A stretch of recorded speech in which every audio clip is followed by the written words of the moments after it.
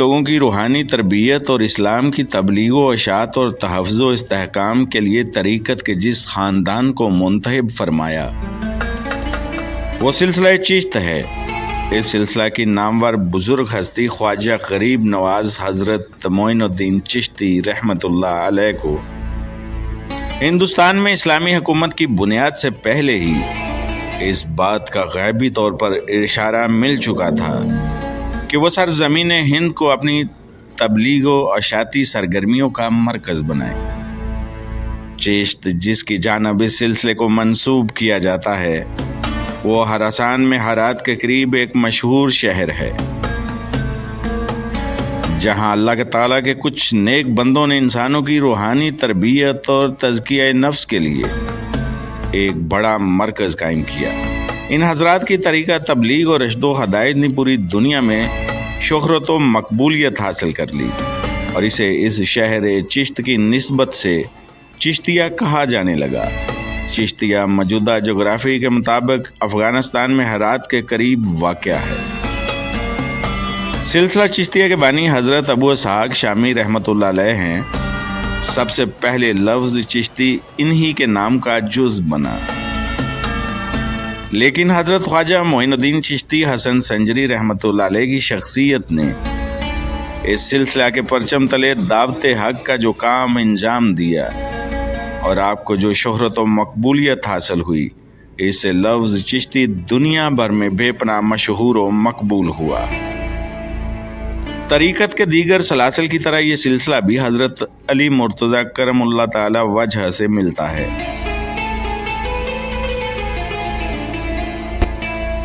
سرزمین ہند میں سلسلہ چشتیہ کے بانی اور اسلام کی تبلیغ و اشاعت کے سرخیل اور سالار حضرت خواجہ غریب نواز معین الدین چشتی حسن سنجری اجمیری رحمۃ اللہ علیہ کا نام معین الدین ہے۔ والدین محبت سے آپ کو حسن کہہ کر پکارتے تھے۔ آپ حسنی اور حسینی سید تھے۔ آپ کا سلسلہ نسب 12ویں پشت میں حضرت علی مرتضیٰ رضی اللہ عنہ سے جا ملتا ہے۔ خواجہ معین الدین بن غیاث الدین بن کمال الدین بن احمد حسین بن نجم الدین طاہر بن عبد العزیز بن ابراہیم بن امام علی رضا بن موسیٰ کاظم بن امام جعفر صادق بن محمد باقر بن امام علی زین العابدین بن سیدنا امام حسین بن علی مرتضیٰ رضوان اللہ علیہ اجمعین ورحم اللہ تعالی۔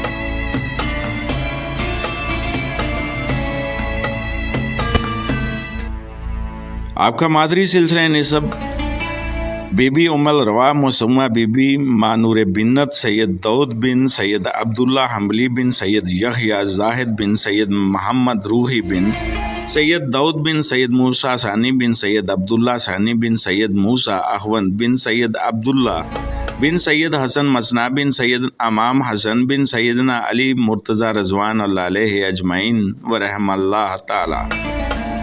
حضرت خواجہ معین الدین چشتی اجمیری رحمۃ اللہ علیہ کی ولادت باسعادت 538 ہجری بامطابق 1122 عیسوی کو سنجستان، جسے سستان بھی کہا جاتا ہے، کہ قصبہ سنجر میں ہوئی، اس لیے حضرت خواجہ معین الدین چشتی اجمیری رحمۃ اللہ علیہ کو حضرت خواجہ معین الدین چشتی اجمیری سنجری بھی کہا جاتا ہے۔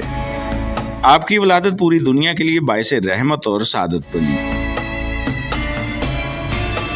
آپ نے اس دنیا میں عرفان خداوندی، حیثیت ربانی اور عشق رسول صلی اللہ علیہ وآلہ وسلم کا چرچا کیا اور کفر و شرک کی گٹا توپ کو اسلام و ایمان کی روشنی سے جگمگا دیا۔ آپ کی والدہ ماجدہ بیان کرتی ہیں، جب معین الدین میرے شکم میں تھے تو میں اچھے خواب دیکھا کرتی تھی، گھر میں خیر و برکت تھی، دشمن دوست بن گئے تھے۔ ولادت کے وقت سارا مکان انوار الہی سے روشن تھا۔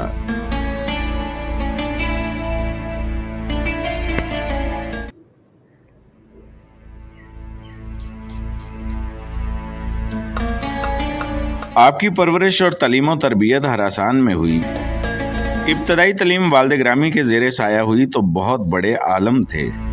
9 برس کی عمر میں قرآن شریف حفظ کر لیا، پھر ایک مدرسہ میں داخل ہو کر تفسیر و حدیث اور فقہ اسلامی قانون کی تعلیم حاصل کی۔